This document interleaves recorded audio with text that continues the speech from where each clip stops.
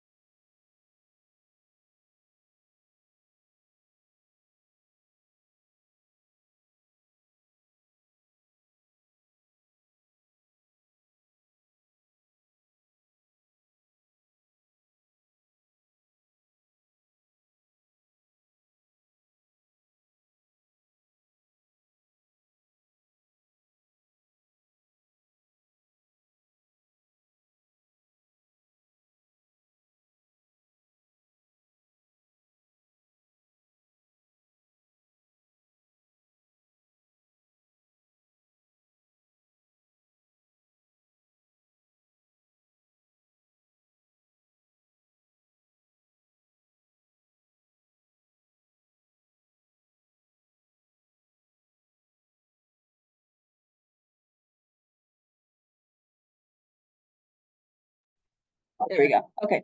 Right, maybe. Okay, did he? Okay, did he put in there that he couldn't hear? Yeah. See if he can hear now. So you guys are already probably well into your program. So again, some of this isn't really going to apply to you, but just briefly touching on how you can fund a college education, different payment options. So savings, we'll talk about financial aid here in a minute, and then different options, which you guys, like I said, are probably way past this point, but getting high school credit, community college, military, AmeriCorps, there's different ways to supplement some of that income as well. I'm going to go quickly over the next two slides as well, because again, I don't know if necessarily some of this will apply to you guys, but if you have savings set aside, that's awesome. There are a few other ways that your parents could have saved for you, or in the future, if you guys have kids. You can see there's two different plans here. I'm not going to go into depth. One is the Coverdale account. That's for K through 12 tuition and expenses. There's tax advantages with that. Those are available through financial advisors. And then one below is the more popular option. It's really common. Each state has their own plan with that 529 plan. The prepay or save. Again, those are something you would get through a financial advisor, and there's tax advantages to that as well. But I think all of you guys are probably well past that point.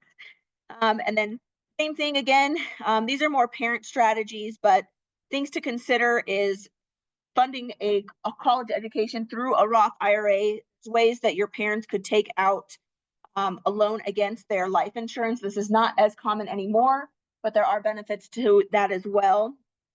And then again, the students' military service, employer assistance programs, different tax benefits and credits, and then as well as working at the university, which is work study. You guys are, I'm sure, very familiar with different types of financial aid, so I'm just going to quickly go over these as well, but there's 4 different types of financial aid. So scholarships, those are typically merit-based, which means they're given to a student with certain qualities like athletic, academic, or artistic talents. Most of the time, they come with a requirement that you maintain a certain GPA throughout, or you can risk losing those scholarships. It is free money. Grants, on the other hand, are typically need-based, meaning they're awarded on a family's financial situation. So those are also given for things like ethnicity, sex, or medical conditions. Those are also free and do not need to be repaid back. Work study is another form of federal student aid that's available. This can help supplement the cost of tuition and living expenses as well. And then the last type, which you're all here for today, is loans. And we have tons of slides on those in just a minute.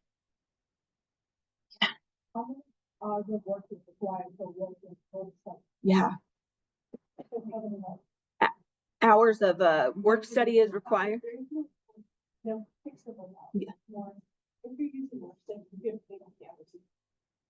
Based on your availability.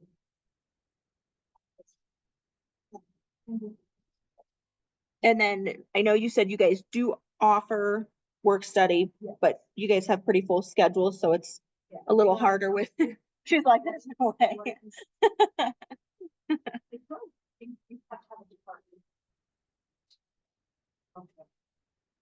Yeah. Yes, and you also need to qualify.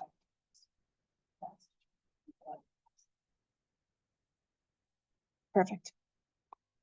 And then this is just another way to look at those options kind of broken down. So again, grants and scholarships are free. They do not need to be repaid. You can kind of think of those as like a gift. Work studies also free, which is part of your federal loan offer. And then loans, we know any type of loan is not free. There's always interest rates associated with those. They're going to cost you more. Any of those, any of these financial aid options you would start with your FAFSA.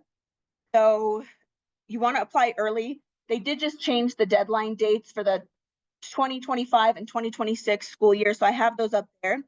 And if you are utilizing FAFSA, you always want to do that earlier than later because schools can run out of funds. After you submit your FAFSA, you'll get a SAR, they call it a student aid report. You want to make sure that you fill that out accurately because that's what's going to sum up your expected family contribution. Then you'll receive award letters from your college letting you know the cost of attendance and the amounts of grants, scholarship, work study, and loans that's offered. Now, keep in mind, you do not have to take all the aid that is offered. I know you guys have much higher tuition, but I experienced this for both my undergrad and my master's degree. Very tempting to take loans thinking you need them, but just keep in mind you don't have to take what's awarded. It's best to just take what you need so that you're not in a bind later on. And although it is considered typically less expensive to attend an in-state school, we've seen, depending on the school and the package, sometimes people can save money going out of school, but it is typically cheaper to go in-state. Is anyone from out of state? Oh yeah, go ahead. Yeah. Touch on about the 1098T requirements. Yeah.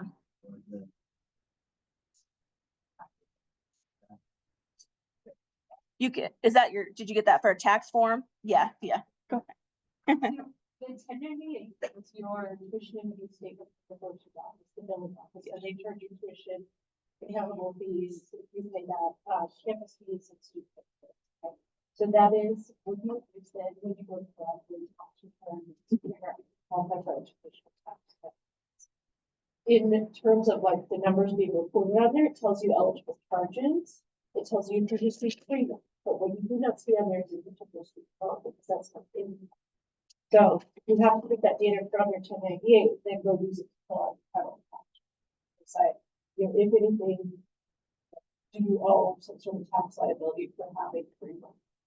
General rule of thumb is if you have free money, like scholarships, grants, that's less than your tuition and fees charges, generally you're not with tax liability. It's when you get over your total charges that you're possibly looking at tax income for free.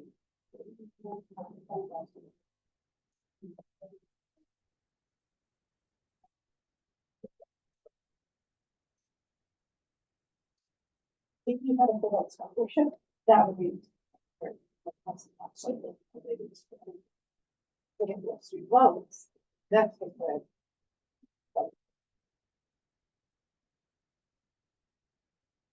And just to kind of add on to the tax stuff, I can't remember. I know as soon as you start repaying your loans too, that you'll get another form for. So I can't remember. I think it's like 1098 INT or so you can actually claim the interest that you pay on your student loans as well, but I don't believe that applies why they're not making payments. Is that correct? Yeah. Okay. Yeah. So once you start repaying those, then and then there's also within your taxes like the American Opportunity Tax Credit. Three, yeah. Okay. Yeah. So publication 97 is the IRS tax document, all related to educational tax. That's what you use for figure out tax liability, taxability, and savings qualifying educational benefits. And do you know if they qualify for the like those type of credits if they're not working? So if they're not generating an income? I don't remember this. Okay. Okay. Good to know though.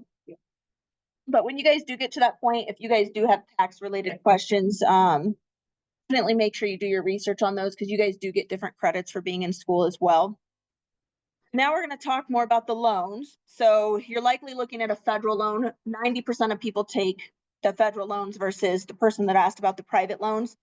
Sorry, 92% and 8% are private loans. We're going to talk a little bit just briefly about each type of loans, but you can see here there's the direct subsidized, unsubsidized, direct plus, direct consolidation, and the private loans. So when you're thinking about taking a loan, you really want to consider too your earning potential and what that will be for the career that you're pursuing.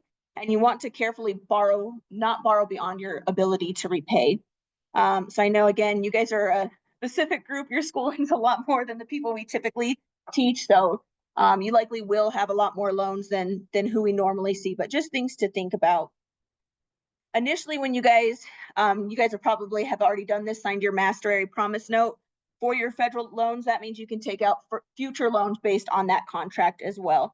So again, depending on your financial situation and the degree you're seeking, you'll be offered one of these types of loans here. And we're going to dig a little deeper into each one of these. There's various types of federal student loans which you may qualify for.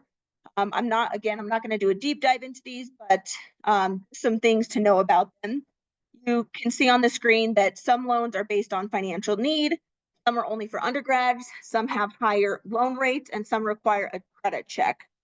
So again, various different types of loans. Direct subsidized loans are available for undergrad students who demonstrate financial need. So based on their financial situation, direct unsubsidized loans are eligible for undergrad, graduate, and professional students. And then the direct plus loans are for graduate students and parents of undergraduate students, and those have higher interest rates and a credit check. And then the direct consolidation loans allow you to combine some or all of your federal loans that are eligible to be with a single loan servicer. One thing to consider when you're consolidating loans, and this could be for private loans as well, but especially those federal loans, is when you're consolidating and you have multiple interest rates on those loans, you lose some of those interest rates. So for example, my undergrad took me 6 years. When I started, I think interest rates were like 3%. By the end, they were like 6%. So when I consolidated those, it's going to take an average of all those loans. So your interest rate's also going to go up a little bit. So if you have one loan that had a really good interest rate, maybe it's your biggest loan, may not make sense to consolidate it with all the other ones. And what current loans are, so for the direct subsidized and direct unsubsidized for undergrad, we're looking at like 6.53. Direct unsubsidized for undergrad and professional, that 8.08. Yeah. And so this was for the, so you guys are still in the ending of, or beginning of the school year, or ending of the 24-25 school year. So this is the current interest rates. I believe they go up or get reassessed in July every year. July. So I tried to find if they were updated last night. So likely for the next school year, they're probably going to see a jump again. So again, these are pretty high interest rates, depending about how much you're taking. There's also limits on the amount that you can take out for each of these loans. So depending on which specific loan, you may only be able to take out up to 12,000. Some of them are up to 20,000. It just really depends which one of these that you're considering. And then, you know, we don't have parents in this class. We normally teach parents. You know, we have a lot of parents that take out loans for their kids and say, oh, my kids are going to pay me back later on. A lot of times those don't get paid back and parents are stuck with those. You can see they have the highest interest rates. And then also there's loan fees for each loan as well. So the amount that you're awarded or given in that loan, you're going to also pay a fee as well, and that would be deducted out of the amount that you're taking. Is there any questions about that? Pretty straightforward. So this is how student loans are supposed to look. So we have a breakdown here. Looks like it's supposed to be pretty easy, right? You start the process with filling out your FAFSA. You get that student aid report I was talking about. You get your award letters. You make a decision. You attend your school, get your degree, get your dream job, and you pay off your student loans. That's how it's supposed to work. Unfortunately, we like to think this is a little easy, but we know life is a little convoluted and life never goes as planned. So let's say you guys are this plaid shirt guy over here on the left. So his original plan was to pay off the student loans, but his life went a little bit sideways. One thing I want to note too is that the loan servicer is who you're going to deal with. So after you graduate, that's who you're going to be updating every year is your loan servicer. But the reality is that we always keep making decisions. You have to update your FAFSA or reapply for FAFSA each year. After school, during repayment, you might need to get into an income-driven plan, which we'll talk about a few of those here in a minute. You may need to refinance your loans or consolidate, or even when the pandemic hit, who knew that everyone would get 41 months of deferred payments? That one's kind of a win though. So things can happen in life. Now, he thought he was going to get his degree and he was going to pay off his student loan, but a lot of people experience hiccups along the way. There's challenges that happen. Maybe you experience job loss, there's medical issues, or again, I'm going to point out the pandemic. In the pandemic, everyone was put into forbearance for all payments applied to federal student loans, and that lasted until October of 2023. And since we had somebody bring up private loans, I just want to note too, with those private loans, you don't get the same advantages of some of the federal loans. So like deferment, forbearance, those type of things. So if you do go private and you get really lucky and you may be able to find a cheaper interest rate, you do lose some of those advantages that are offered with the federal loans.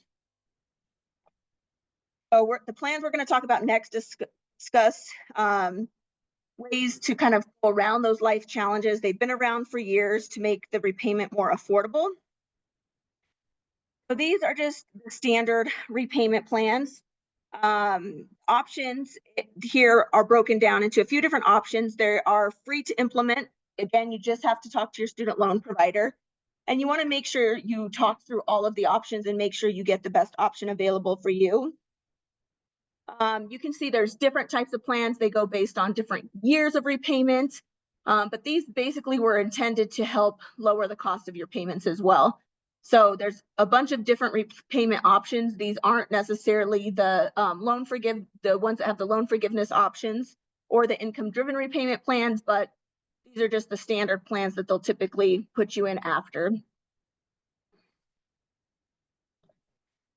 Now, here's a way that you can even lower your payments even more. So these are the income-driven repayment plans. We're going to talk about the these are long words, public service loan forgiveness in a minute. But to qualify for those loans, you actually have to be in an income-driven repayment plan. So we'll talk about the loan forgiveness plans in just a minute. But each of these plans are income-based and income contingent, and you pay as you earn. And then the repay, which is now the SAVE plan, which is kind of in limbo, which again, we'll talk about here in a minute. Some of the differences of these ones are how long the repayment term is and whether you need to pay taxes on the amount that is forgiven. So some of these will be forgiven after 20 years, 25 years, but the amount that's forgiven, you may have to pay that on taxes as income. So those are things to consider as well. Then the payment for these are all based on a portion of your discretionary income. So just a small portion of your actual income. And then you need to report each year if you're on an income-driven repayment plan, you need to update your income with your loan servicer every single year as well. So it is a lot of work, but the result is that this would give you the lowest payments possible when you're in that repayment stage. Do you have anything to add on to the income-driven repayment? I think that while they can be good initially, because you have these low payments, it is not often time to invest financial essential for you if you just continue to use that low. Yeah. Simply because the longer you take it out the debt, the more it's going to cost, right? So this might be a short-term solution as you're getting into practice, just to get your financial life set up. Then reassessing once you've kind of got on your side of the way to stabilize financially speaking. Then deciding if you want to continue with these plans or if you need to refinance or pay debt a little faster. But with all of these plans, all of them that we're talking about, you can expedite the payments on these plans without penalty. So sometimes the strategy is you start using these plans, but then you start to by your own doing, making additional payments to pay off your loan price, right? That's where you save money. You know, that's also a good thing for that to come with flexibility and having the low payment, but when you have money in the overpay, but eventually you're going to end up by having less interest. And then, you know, the SAFE plan was the plan that they kind of just implemented at the end of 2023, and it was supposed to give you the lowest payment, which for me, like I said, I just started paying at the beginning of January 2024, and I tried to get into an income-driven plan, but actually would have made my payment go up based on my income. So it didn't make sense for me to get into one of these, kind of like she was what she was saying, because it would actually have made my regular payment go up being in the SAFE plan, and that wasn't how it was intended. But it's based on an amount of your discretionary income. So these are kind of, I don't want to say they have, they have qualifications, but if you make over a target number, these really kind of aren't the best for some people, but it's all individualized. So again, just make sure when you guys do talk to your servicers, you kind of lay everything out on the table, but just make sure it's what's best for you. And to your point, go ahead.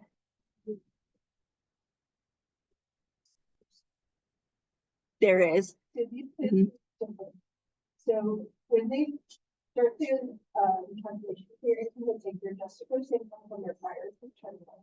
They have an allowance based on the federal poverty guideline for your household size. The amount that they're gonna give you depends on which of these plans we're looking at. So it could be 150% of the federal poverty guideline, or if it's the same one, it had a much larger allowance. Of Yeah. credit for. The net effect is when you have a higher protection of income, the lower the student loan payment will be. So with SAVE, it had the largest amount of income being protected and not counted against you, and they were looking at your payment. That's why that plan itself was very attractive. Yeah. Borrowers looking at affordability. And I don't know the exact percentages except for the SAFE plan. But the SAFE plan, when they did implement it, it was 10% of your discretionary income. So it was a super low amount. I would assume the other ones would probably not be more than 20%, but it just, yeah. Okay, yeah, 20. Or 15, that could be, depending on when you started to borrow history. So yeah, and then IVR typically is 15. 15, yeah. There's more programs to help when you're having trouble making loan payments. So these we talked about in the previous slide. Again, those are income-driven repayment plans that were meant for the many years for you to repay your loans. But these are two options intended to be short-term solutions for things like job loss. Again, maybe you're starting school again, deployment, medical emergency. So these are for more short-term situational, and that's deferment and forbearance. In the COVID situation, the government put everybody in forbearance March 2020. That was only supposed to last for 6 months and lasted for 41 months. So again, that lasted a really long time. People that are currently in the SAFE plan, and again, I'll talk about this on the SAFE slide, but people who are currently in the SAFE plan actually are in forbearance right now as well. So there could be different situations, whether it's economical, it's personal. They're just trying to figure out stuff right now with Congress and the SAFE plan. Anybody that's in that plan currently is in forbearance and doesn't have a student loan payment. We gonna say something? Okay. And again, so those are short-term situations. These two programs are the special loan forgiveness. I'm not going to touch on the teacher loan forgiveness since you guys are all going to be dentists, you said, or dental, and those are for teachers. Do you know if they qualify? Would they qualify for public loan? It's possible. So if PSLF, Okay. you have to work in for a nonprofit organization, so by the way, Mhm. I think typically our understanding is that dentists tend to go to private practice, so you wouldn't be able to that upfront. Yeah. But a lot of people that work for teaching institutions, for the feds, the state, local government agency, private organization, correctional facility, those are under the PSLF. Yeah, because I know we do classes with UC Health and they do qualify. Yeah. So, Okay. Yeah. Yeah.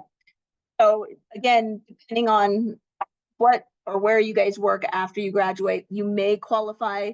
I would say there's more organizations that don't qualify than do, but if it is something, depending where you work, it's something worth looking into because you may be able to get forgiven some of your student loans after you have those 120 full-time payments. So I'll go over what the SAFE plan is, even though it's leaning towards it's going away, but I know somebody had asked. So again, it was the newest income-driven repayment plan that calculates your payment based on your family size. And like I said, that was 10% of your discretionary income. I know when Biden was in the administration, they were even trying to push it even further to implement 5% of your discretionary income, which super, super low payments. This was a prior plan called the Repay. So anybody that was in the Repay plan, that was no longer, and they pushed them to the Save plan. So they automatically got the benefits of the new plan. Nice advantage about this Save plan was that if you were making your full monthly payment and it wasn't enough to cover that accrued interest each month, the government would actually cover the rest of the interest. So you never see your balance go up for unpaid interest, which is amazing. So again, that's why that was very attractive. But let's say you had, again, these payments are really low, but let's say you had $50 in interest that accumulated each month. You have a $30 payment, the government would cover the other 20. So that balance would never go up. And then any outstanding balance on your loan would be forgiven if you haven't repaid loan in full after 20 years, if it was all for undergraduate study, and then 25 years for graduate or professional study. And then again, these income margins are pretty low. But if their annual income was equal to or less than 32,800, and it was just you as your family size, your discretionary income was zero. So it actually allowed people with lower income to have no payment. And then if you had a family of four, you'd have to make 67,500 or less to qualify for that no payment. There were 8 million borrowers that were put on this SAFE plan when it was implemented. But as of right now, it's been on, oh, where did it go? But as of right now, it's on hold. The Republican-led state filed lawsuits on this back in April of last year, challenging the plan, basically saying that the Department of Education lacked authority to implement this plan because it was saving so much money for payers, but not for the government. So again, everybody that's in this plan right now is automatically in forbearance. And it sounds like they probably won't have a decision anytime this year as well. So again, anyone that's currently in this plan is no longer required to make a payment while in forbearance. Do you guys have any questions about this? I'm sorry, by the time you graduate, it's probably not even gonna be a plan. But kind of to what she said, and even my situation is, I made too much to really qualify for this. I could still have been put under this program, but it was gonna jump my payments like double, triple than what I'm in right now. So it just didn't make sense for me. So this, yeah, They qualify for plan itself. yeah, We're probably gonna be pretty well. yeah, that's what I'm saying. This one, yeah. Because you look at these plans, Mhm. you have to look at the household income. It's different than being a sole provider, right? Mhm. And so what's your salary within when you initially leave? So if there's some sort of arrangement between the lower salary, but you're moving to credit to get into a practice, there might be a time in this situation where those numbers do make sense for you Mhm. to lower it. So there is no one exact. Yeah. Like she said, it's really individualized. Maybe you're the sole provider in your household and you have 3, 4 kids, your family size is bigger. But again, to your point, you guys are probably going to make pretty significant money compared to even the threshold I told you, the 38,000 for a single person. I mean, that's a pretty low income to qualify for like the no payment. But again, when you guys get to this point, just talk with your loan servicer, because they'll be able to get you guys in the best plan. And then I know you mentioned earlier, it also depends how long you want to repay those too. You can take a 20 to 25-year plan and pay extra. Obviously that helps get it knocked down quicker, but I know some people that are like, I just want these paid off in 10 years. They take the shorter plan. They just do rigorous payments for 10 years. So you're not paying, 25 years after you graduate. It's kind of what you want. And then same with the private loans. Those private loans are not going to go 20, 25 years. Those are going to be much shorter. And like I said, you lose those benefits of the federal student loans. But if you can find a good interest rate, some of them are higher. They go up to like 12%. So just keep caution that, heaven forbid we go into another pandemic and you took out private loans and I don't know, for some reason you're not working. Unfortunately, there's not going to be the same forbearance that there was for everybody else on federal loans.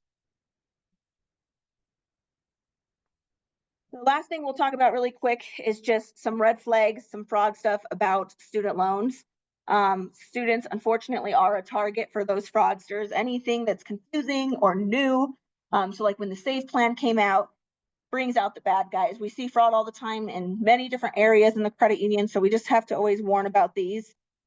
Some things to know, scams do exist out there about FAFSA, scholarships, consolidation, debt relief. Make sure you're going to valid websites, studentaid.gov. That's probably your best go-to for any question or any resource that you want. But just be careful when people are calling you or offering you consolidation and they want your private information. Student loans may not be discharged in bankruptcies. So they changed this about 10, 15 years ago. There's like 1% of instances, I can't remember what the qualifications are that you can include student loans, but 99% of student loans can no longer be discharged in bankruptcy. Once you take those, unfortunately, they do have to be paid back to the full. I already mentioned this earlier. If you don't need it, don't take it. This is with any loan, good rule of thumb, because you're paying interest on it. So again, if you get offered more loans than you need, just be smart about it. I think we mentioned this in a previous class. If they get awarded an amount, they can take the check, and if they decide they don't want the full amount, they can give you guys a check back. The same, actually, I'm on the facts of that. That's just stuff I come from the office. When you do the return for our office, then you never borrow that loan, so origination is away. That protects you with really beneficial. Try to keep your loan total amount in your first year of pay. Again, you're a specific group. I know your school's a lot more expensive than typical college students, so this may not be realistic for you guys. And then the last one, this is more for parents, but avoiding putting your retirement savings at risk. We see this a lot. If any of you guys have parents helping you too, or grandparents, we see that parents are taking out their retirement to fund their students' education. But then it kind of puts them in a buckle when retirement comes and they don't have the full funds in their retirement, versus taking out some student loans under you guys because you guys have many more years to pay. So just some things to think about when taking out student loans. This is a resource slide. If you guys want, you can take a picture, or I can send you a copy of the slides today. We have different sections. The career section up here has sites that you can research based on salaries and jobs that are in demand.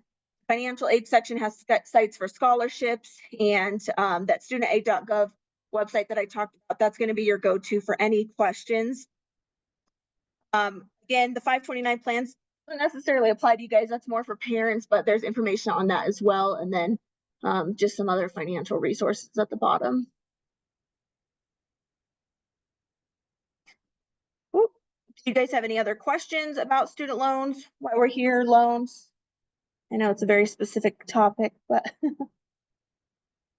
nothing? Deers in headlights. Yeah. Yeah. Okay. You recommend paying 10,000 per 10,000 per month in a year, or like 5,000 per month in 2 or 3 years? Which one do you recommend? I would say just loan repayment in general is very individualized. If you can pay that much, that's amazing. I don't know, kind of, yeah. Before I give you the answer, I want to know the resources you have, what are your long-term goals? If you have an emergency fund, there's just so many questions you need to think about before making that. Aggressive repayment next year. And I don't want to discourage you and say, you're not going to make that much and put that much a month towards student loans, but I just, I see this with people with their undergrad, myself included, at 18, right? I went to school to be a psychologist. And at 18, your mindset's like, oh, I'll, have this great salary. I'm going to pay these student loans off right away. Well, you got to think of life expenses, your housing, your, kids, anything that it costs money. Anytime you can pay extra, pay them down as quick as possible, though. If you have the money, do it. It's going to save you money in the long run. But I just don't want everybody to be overly ambitious that you set yourself up for failure. But yeah, anytime you can pay them off quicker, it's better. You mentioned that like this person charge officer, Like the servicer? service. Yeah. No, that's okay. Cause it depends on our situation, like what are some resources besides on like talk? Are there other resources? Look at our situation and be like, yeah, this is the best. Are you saying as far as like repayment? Yeah, like repayment, but also like, I don't know, right now my financial situation, like I'm living really frugal and like barely sticking by just to try to keep the loans down, but like, I know it's, I guess just financial advice. so you're saying like you're looking more for like financial advice outside of student loans, kind of? Yeah. Like, I put in here is there somebody that specializes in helping you people with that plan yeah, and the different benefits and reasons and all stuff. There are paid businesses, yes, that you can sign up for their services if necessary. No. That one, I often say no, because you'll work with me, first to understand the numbers. You will have a lot of resources to use as you know, approach graduation, understanding the different plans, the nuances of why the A versus the B was different. And so that hopefully by the time you're picking it put in, you're looking at all those details and said, this actually makes the most sense for me and my goals today and my long term. But yes, you know, there's always people out there that just make a buck. You know, like. And I mean, anyone that's gonna make you guys pay for financial advice, there's just not even with student loans, just anything in general. There's nothing that you guys can't do for yourself for free, that they can do for you. Like there's no secret tips or tricks or magic that they can do. So, as far as specifically student loans, because those are federal loans and they do have different repayment options, I would start there. If you wanted to look outside like private loans, or just wanted different financial advice about budgeting or credit, or just maybe some ways you can save money, you know, because you guys are on a tight budget right now. I would say anywhere you guys bank, whether that's a bank or credit union, always go into your local bank and credit union. They can kind of get you to where you need to go. Or if you have questions that we can't answer, we'll refer you to the right financial professionals. And then, you know, if you're thinking like private loans, there are private student loans. Sometimes people will take personal loans depending on how much. Those interest rates are really high. Your payment would be really high. The only thing that I can think of a non-private student loan would be like a home equity line of credit. Sometimes you can get promos on your home, like taking out equity. We've seen people consolidate student loans with that, but you have to be in a home and have equity to do that. So there's lots of different avenues, but I would just say just the first step is just talking to a professional. There's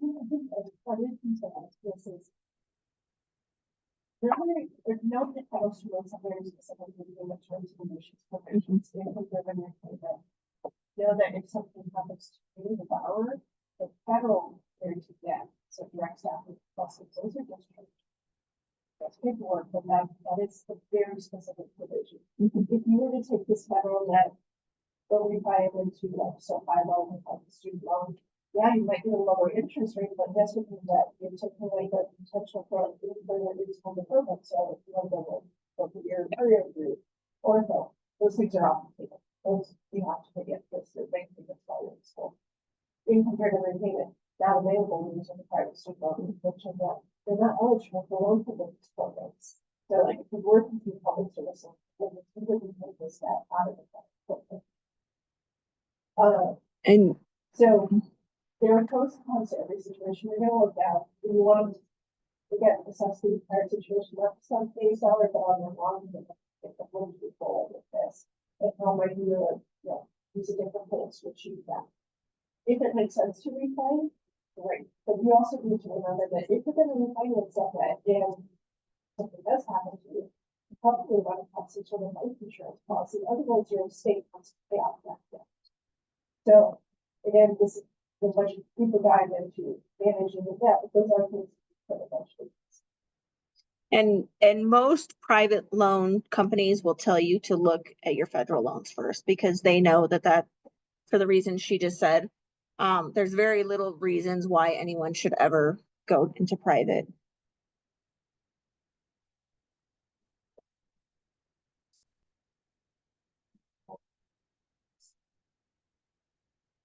Is correct. Let me see. And it depends the type of, so because subsidized, yeah.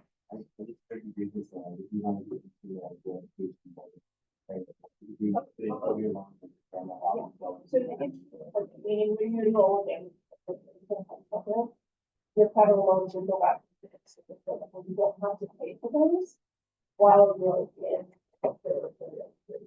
And they would still accumulate interest just like. You just wouldn't have that monthly payment.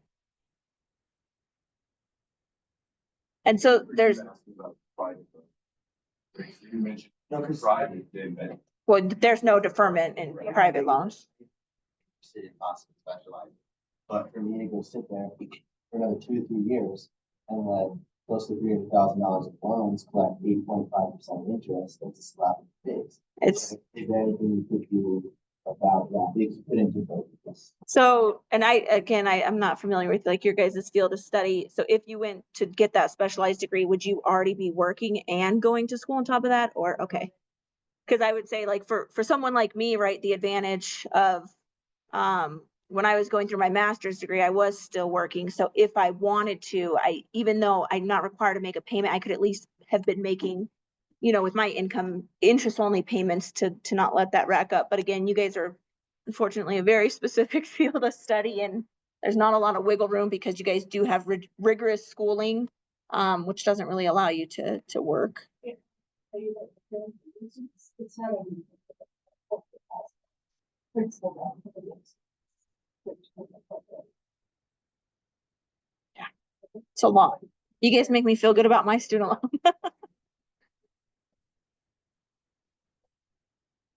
Do you want to do Jason, get the drawing up before other people leave so they can be, sorry, we're doing a drawing for gift cards. But we'll leave it with her office because me and Jason messed up. He thought I had the ones from last week and I gave them out, so sorry, but they're coming, I promise. So we're back in 2 weeks, so 2 weeks we're back.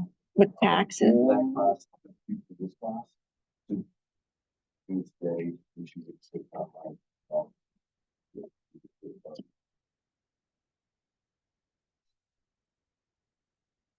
You gotta number them.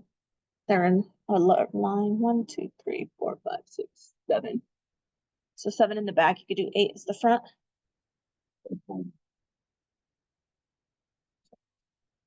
Or do you wanna include the online guy? No, okay.